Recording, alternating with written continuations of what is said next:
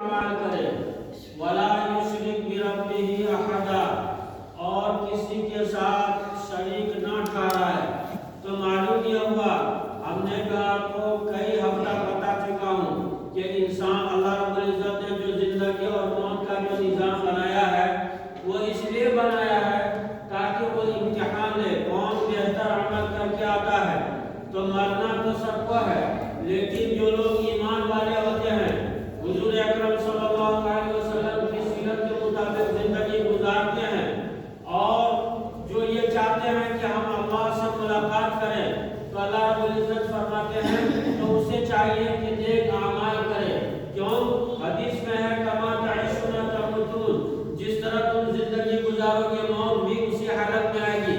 اسی لیے ہمارے مشائخ نے کتابوں میں لکھے ہیں کچھ اعمال صالحہ ایسے ہیں جن کو اگر انسان اپنی زندگی میں استقامت کے ساتھ اس کو عمل کرے تو یقینی طور پر اس کا خاتمہ ایمان پر ہوگا، یعنی وہ ایمان کے ساتھ دنیا سے رخصت ہوگا۔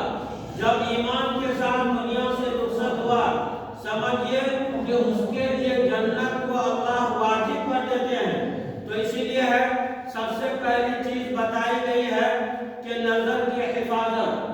یہ بد نظری یہ ایسا گناہ ہے، ایسا بدترین گناہ ہے کہ انسان چلتے پھرتے غیر محرم کو شہوت کی نظر سے دیکھتا ہے اور محبت کی نظر سے دیکھتا ہے۔ یہ ایسے گناہ ہے کہ اللہ تعالیٰ اس گناہ کی نحوست سے کیا کہتے ہیں کہ جب تم نے غیر کو اپنے دل میں غیر کی محبت کو بسا لیا ہے تو اب میں تمہیں اپنی محبت سے محروم کر دوں گا۔ تو اللہ کی محبت سے وہ بندہ محروم ہو جاتا ہے۔ نتیجہ یہ ہوتا ہے جب موت کا وقت آتا ہے تو وہ کلمہ بھول جاتا ہے اور وہ جو ہے بن کلمے کے دنیا سے وہ رخصت ہو جاتا ہے۔ اسی لیے ہمیں اور آپ کو چاہیے کہ بد نظری سے ہم اپنے آپ کو بچائے رکھیں۔ رہی بات بعض اوقات جو ہے حکومت کی مجبوری کی وجہ سے، مثلا آپ ٹرین میں سفر کر رہے ہیں تو ٹکٹ لینے جانا ہے تو وہاں بھی غیر محرم لڑکی رہتی ہے ٹکٹ لینے کے لیے۔ اگر آپ بینک کے اندر جا رہے ہیں، آپ اپنا پیسے کو جمع کرنا ہے یا نکالنا ہے، وہاں بھی غیر محرم عورتیں لڑکیاں رہتی ہیں، حتیٰ کہ اس سے آپ کو مجبوری میں بات بھی کرنا پڑے گا۔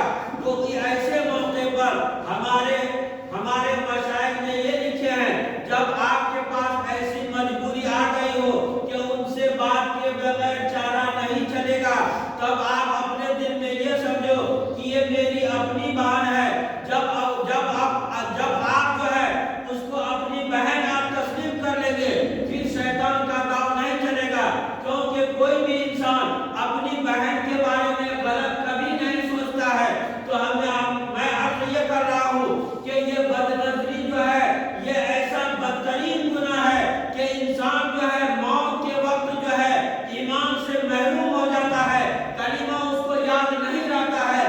لیکن جو لوگ اپنی نظر کی حفاظت کرتے ہیں اور وہ اللہ سے ڈر کی بنا پر کہ نہیں یہ اللہ کا حکم ہے، اب یہ غیر محرم ہے، ہم اس کو کیسے دیکھیں گے، تو پھر اللہ کی محبت اس کے دل میں آ جاتی ہے۔ اور پھر میرے نبی کا فرمان ہے جو شخص اپنی نظر کی حفاظت کر لیا تو اللہ تعالیٰ اسے حلاوت ایمان کی دولت سے مالا مال کرے گا۔ اب میں آپ کو بتاؤں کہ حلاوت ایمان کسے کہتے ہیں۔ حلاوت ایمان اس کو کہتے ہیں کہ آپ کے دل میں ایک ایمان کی ایک لذت محسوس ہوگی جب حلاوت ایمان، اور اس کے بارے میں حضرات یہ جو شرح حدیث ہے وہ اس حدیث کی تشریح کرتے ہیں کہ جب حلاوت ایمان ایک بار دل میں بیٹھ جائے تو پھر دوبارہ دل سے نہیں نکلے گا۔ حلاوت ایمان کی نشانی بھی بتائی ہے، وہ یہ ہے جس انسان کے دل میں جو نظر کی حفاظت کرے گا اللہ تعالیٰ اسے حلاوت ایمان کی دولت سے مالا مال کرتے ہیں۔ جب حلاوت ایمان اس کے قلب میں اس کے دل میں جب داخل ہو جائے گا تو ان کی بھی ایک نشانی، سب سے بڑی نشانی یہ ہے کہ ان کو عبادت میں مزہ آئے گا۔ ان کو عبادت میں کیا آئے گا؟ مزہ آئے گا۔ اس کو نماز پڑھنے میں مزہ آئے گا، ذکر کرنے میں مزہ آئے گا، سچ بولنے میں مزہ آئے گا، جھوٹ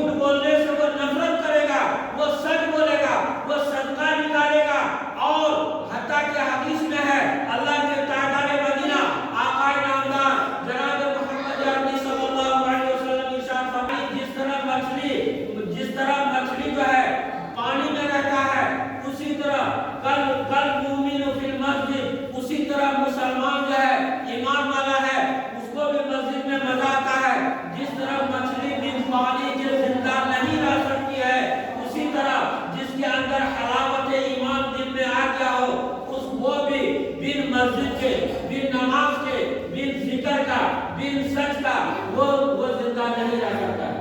وہ بار بار مسجد آئے گا، کیوں کہ اللہ نے اس کے دلوں میں حلاوت ایمان کو ڈال دیا ہے۔ تو میرے مطلب ہم آپ کو یہ بتائیں کہ جو شخص یہ چاہتا ہے کہ ہم ایمان کے ساتھ ہمارا خاتمہ ہو، ایمان پر ہو، ہمارا خاتمہ کفر پر نہ ہو، شرک پر نہ ہو، کیونکہ جو کافر اور مشرک ہو کے مرتا ہے اللہ تعالیٰ جنت اس کے لیے حرام فرما دیتے ہیں۔ جنت تو دور کی بات ہے، جنت کی خوشبو بھی اس کے لیے حرام ہے۔ تو ہم نے آپ کو کیا بتایا، اگر کوئی انسان یہ چاہتا ہے کہ ہم جو ہے اللہ سے ملاقات کریں گے اس حالت میں کہ میرا خاتمہ ایمان پر ہو۔ ابھی رمضان کچھ دنوں میں آنے والا ہے، ہم لوگوں کو اب یہ سے جو ہے یہ سبق کی تیاری کرنی ہے، اس کو یاد کرنا ہے، اس کو اپنی زندگی میں عمل کرنا ہے۔ کیا پہلی چیز نظر کی حفاظت ہے، اور دوسری چیز کیا ہے جس سے انسان کلمے کے ساتھ دنیا سے جاتا ہے، دوسری چیز ہے مسواک کی پابندی کرنا۔ یہ حدیث ہے، حضور نے فرمایا کہ اگر مجھے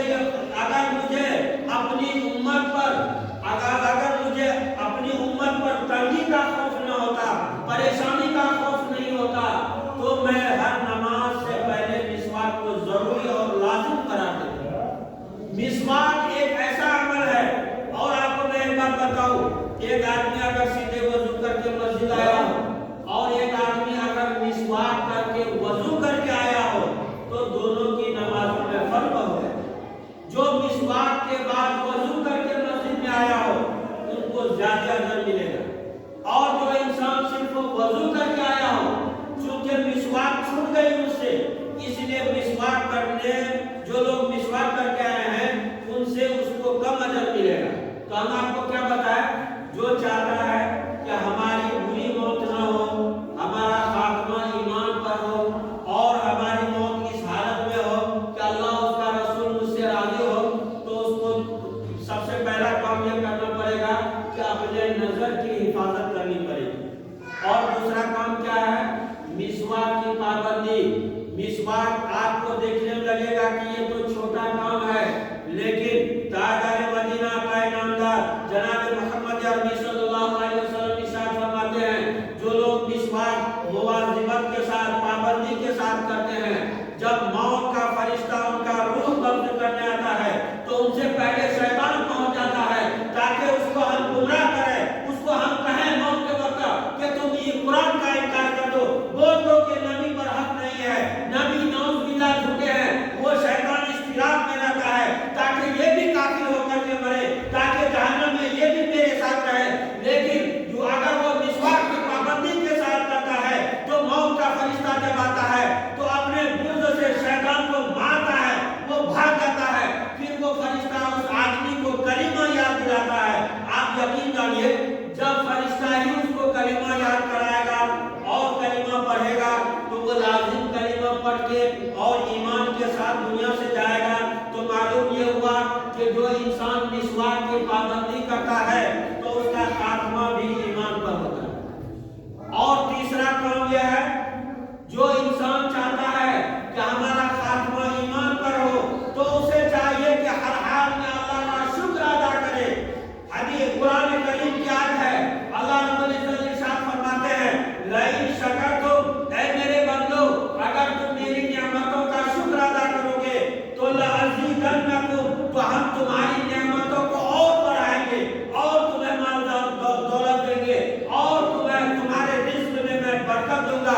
وَلَئِن کَفَرْتُمْ، اگر تم ناشکری کرو گے، إِنَّ عَذَابِي لَشَدِيدٌ، تو تم یاد رکھو کہ میرا عذاب بہت زیادہ سخت ہے۔ تو معلوم یہ ہوا بزرگوں کا معمول ہے، کتاب میں ہم پڑھے، رات ہی پڑھ رہے تھے تو اس میں ایک واقعہ لکھا ہے، ایک اللہ والے تھے اور ان کو بہت زیادہ فاقہ تھا،